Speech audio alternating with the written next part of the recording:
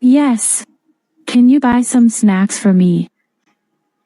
Of course. What kinds of snacks do you want? I like potato chips. Okay, I'll pick up some fruits too. I don't like fruits. Fruits are healthy for you. Can I come to the market with you? Are you done with your homework? No, I have to study for a math test tomorrow. Then you should stay home to study. I need to take a break.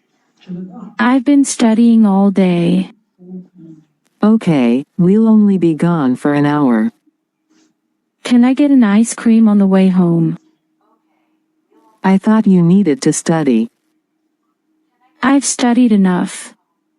I'm ready for my math test. All right, but just one scoop. We don't want to spoil your dinner. Making apologies.